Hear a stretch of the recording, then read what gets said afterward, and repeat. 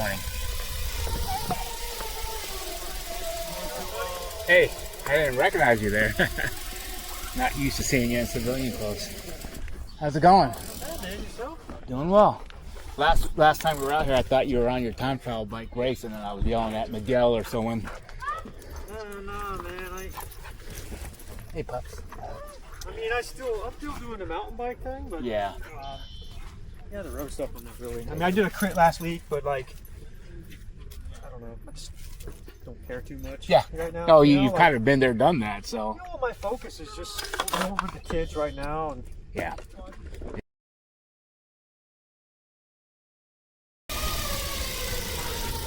Morning. Good to see you. Good seeing you. Thanks for coming. Yeah, no problem. Do I need to check in or anything, or? You're shot, right? Shot, yeah, 416. Yeah. You got the same number last time? Yeah. How was your drive up? It was good. How about yours? Yeah. Yeah, I got you here. Yep. Thanks, Steven. Yeah, I've been here since like 7:05, 7:10. Gives me a chance to use the shitter a few times.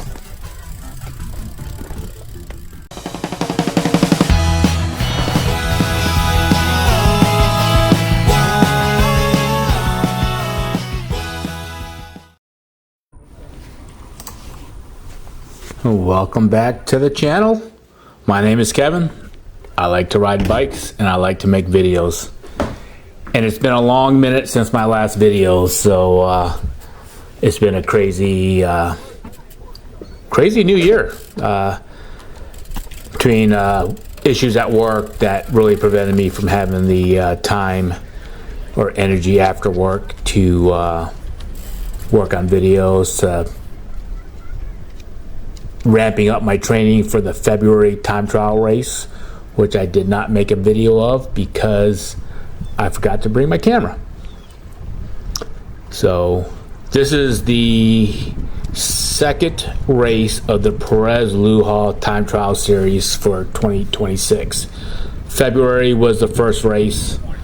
I did pretty okay in it, and this race was on March 15th on Sunday, and I am doing this edit on St. Patty's Day. If you don't follow me on Instagram or Strava, I may have put up a YouTube short about last month's race, but I did come in second place overall. I was 9 seconds short of picking up first place, and the guy that beat me last month, Kevin Shut, wasn't here this month. Yeah, so I'm behind the handsome Kevin. It's arguable that had he been here, I might have been in second place again or lower. It's really hard to say what would have happened on any given day when circumstances are different.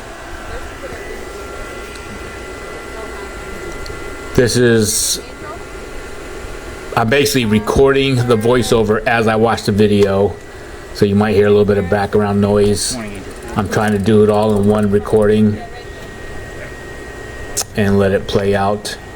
That's what you're waiting for right now. Here you'll see in a second when I scoot back to talk to my boy Brendan that I'll stop recording here as we're lined up waiting for our starts, which is 30-second intervals. I stopped the video, and then when the race started, I forgot to hit record again. So when we picked up the race right here, we are just shy of, or right around 3 miles into the race already. We are approaching the first U-turn of the course. So when you see on the bottom right corner of the screen, add 3 miles to that distance. That's a weird and very annoying glitch of using the Insta360 desktop software to overlay my race metrics. And here's another thing. I'm doing a U-turn here and it's showing 24 miles an hour. I was kind of in a rush to get this all put together, so I'm out of sync by, it feels like almost 5 seconds. You'll see my speed drop when I'm actually going through the U-turn, and you see my power is 0 because I'm not pedaling. So that's kind of how far off this is. So keep that in mind if you're paying attention to power metrics or speed metrics, even heart rate to some degree, that it's roughly 5 seconds behind. The numbers are 5 seconds behind where I'm at on the road. So when I first watched this, after I already exported it from the Insta app into Filmora, I was like, wow, I went through that U-turn at 22 miles an hour. No, I didn't. Not even close. Which makes sense because that was a particularly tight U-turn. If you go back and look at it, you'll see there was a car in the, luckily it was in the right lane. Left lane would have made it a little bit harder to go through the U-turn. Anyways, and add 3 miles, so we're 3.7 miles in the race as of right now.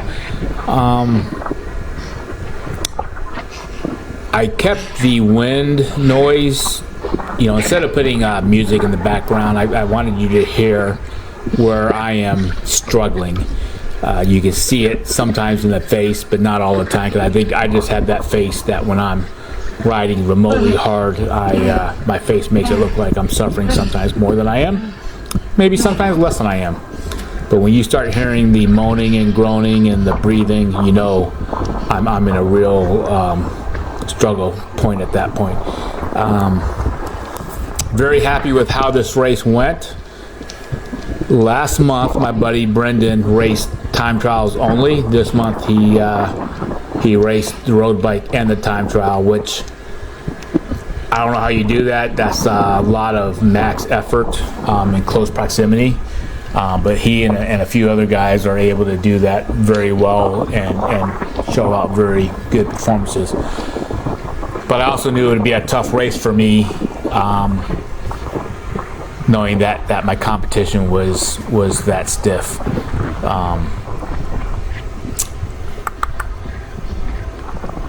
So right now I don't actually have the audio on as I watch this video. So I don't know when the heavy breathing and the moaning and groaning is happening. One thing I want to point out, and you'll see this a lot in this video, and I know it had an impact on my overall race results. I'm guessing by as much as 5 seconds, or I'd say a minimum of at least 5 seconds. It could have up to a 10-second impact on my race. I'm not really sure because I'm never going to be in a wind tunnel and whatnot. But look how much I move around on the bars. I was particularly uncomfortable. I need to work on planks, push-ups, core exercises, and I've got to dial in and tweak my fit on the bike so that I can sit in the hoods with my forearms parallel to the ground and be in the most aero position possible. This position that you see me right now in what we call the drops, there's more surface area for the wind to hit. So I am not as aero as I could be, which means I'm not going as fast as I could be at any given power output. But this is my most comfortable position, bar none. Now right here, when I get in this position, that's, I'll say, a lot better. I won't give percentages. I don't know how much better it is, but I can even feel it as far as wind resistance. And there's a couple positions that are not always discernible where, I'm trying to keep my back flat and stuff. Right here you can see my elbows are a little bit raised, which means I'm not as, and then I switch to the drops. So when the elbows are kind of visible versus being behind my wrist, I'm coming up too high. I'm creating more drag. And I don't know if I was this comfortable back in February, but all I know is during this race and since the race, all I've been thinking about is I need to work on positioning. I might talk to Gary at Real Bikes Inglewood about maybe extending my reach, which would be as a stem swap out if it's not too complicated with cabling, because I am not a wireless rider, unfortunately. See, now again, I'm back in a close to as ideal as I get on this particular race. My elbows are further down. More often than not, as they come up, they're coming up now, because I'm getting uncomfortable, then you see my hands while I was shifting gears. But when you see me wiggle my fingers or go to the drops, you know I am physically too uncomfortable to hold that position. Trying to go back. So all that movement back and forth cannot be good for my overall times and coefficient of drag. There I am again, trying to keep those elbows down, heads up a little bit. Now when my head's down, when I'm looking downward, that's actually a better thing. When I can keep the head down, look closer in front of me, kind of watch the white line to make sure I'm going straight, not running off the road. That's kind of where I like to be. I looked up a lot of this because there's a fair amount of debris, it seemed like, on the road. I cleaned what I could off during the warm-ups I did. But I felt most comfortable on this day keeping my head up and just being aware of. And I was worried about kids. I really didn't pass a lot of kids. So the kids were freaking flying. One of the 14-year-old, his race age is 14. He may still be 13, I don't know. On a road bike, beat me by a couple minutes. I can't remember his exact. No, he beat me by 1 minute, I believe. His dad, I believe it's his dad, who's 60, beat me by, I want to say 45 seconds. Luckily for me, he was in a different age group. Both of those guys were in different age groups, and therefore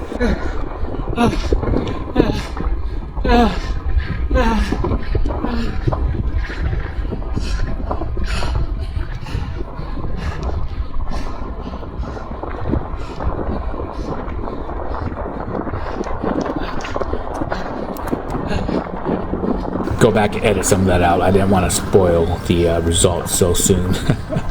So we may be coming back from a little gap in talking. So if you look at it, I just passed basically the start-finish line, and the start-finish line is not the exact same spot. They're on either side of the intersection, and that was, I'm sure, done for complete safety, and it also makes the race course exactly 8 miles, being on either side of the intersection. That was at right around mile 6. So at about mile 7, coming up in a mile, we'll have the second U-turn, final U-turn of the race. Wind was super mild on this day. I think it was 5 out of the south, and then I think it shifted to the southwest. So it wasn't crazy windy. It wasn't crazy hot and humid, but it was a little bit humid, but not overbearingly. So I may be making up words. Heart rate, if you watch heart rate, I think it was pretty consistently in the 164 to 167 range, and that's a good gauge of constant, steady output. I'll be curious. I really haven't paid attention during the editing process, but I'd be curious to see when I do this other U-turn, knowing that I'm not pedaling for a few seconds, to see if the heart rate has a chance to drop even by 1 beat per minute. So holding 166 for a lot of the race, the times I happen to look at it. Power, ranges. It just ranges, and see how it goes. I think the sky was beautiful. I like the sky from the selfie view down here at the bottom behind me. It's a good visual. It doesn't look nearly as nice on the point of view shot that in the big picture.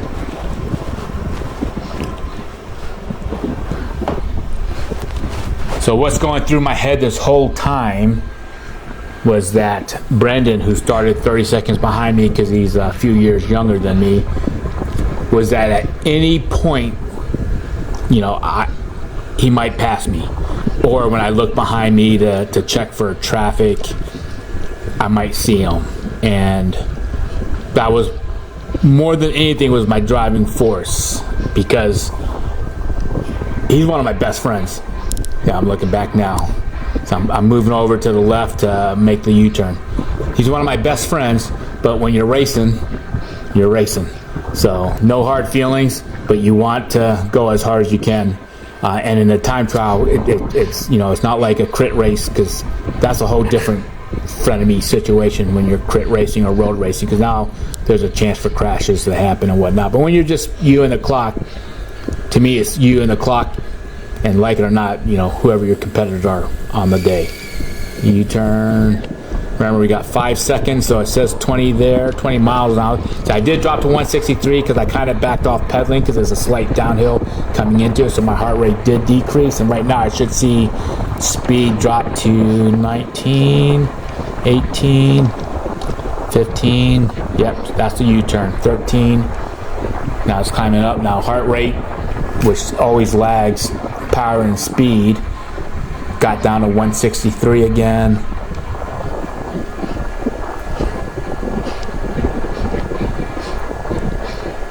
Now coming out of that U-turn, there's a slight climb, and then there's a slight dip, and then another climb. So I think the speed is reflecting where there's a slight dip in the road. Also, the slope in the very center of the screen is going to be about 5 seconds behind. It's showing flat, so we definitely had, at this point, we had a little bit of a tailwind because the wind was coming out of the southwest. If I remember, maybe I'll throw some arrows in there to reflect the wind. I was actually really happy with the power I was putting down at this point, close to 300 for most of the last mile. Because it really got my speed up high and helped me fight to the finish. I think there's one point, I don't know if it's already passed or not, because I was looking at other things, but at one point on this last 1 mile section, I see my legs, or during editing, saw my legs stop. I took a breather, and it was only momentarily, but those little breathers, when you're not putting pressure on the pedals, is lost momentum, however slight. That said, it's also a very slight reprieve, which in theory might help me push even harder once I'm back on the pedals. When I say, I don't think I even went 5 seconds of non-pedaling in this section that I'm talking about. And that's important to know. If you stop pedaling for too long, then you're just giving the race away. Passing Artie Nolan, who's in the 60 category, super fast guy. Just barely nipped him at the finish line, but we're in different races, so it's not like it means anything. And then here I'm just trying to act all badass for the finish line. So we just finished the finish line, or passed the finish line where the cones were at, and you saw me stop my ride. So here it'll record a few more seconds, and then the metrics will freeze. You'll stop seeing the power move. Right there, 418 watts. That's where the computer stopped at. And again, a weird flaw of using the desktop software to overlay metrics versus the Insta360 phone app is that I can't make this go away here. So you're seeing 30 miles an hour even though I'm going 10, 15, whatever I did to get into recovery mode.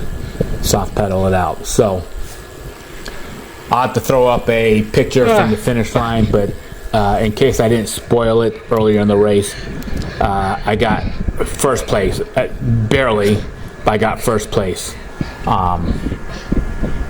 I would not say Brendan and I are evenly matched, so it definitely was a bit of an upset for him, for me to win, or maybe a better way to say that is my win was an upset by any objective measurement of a race.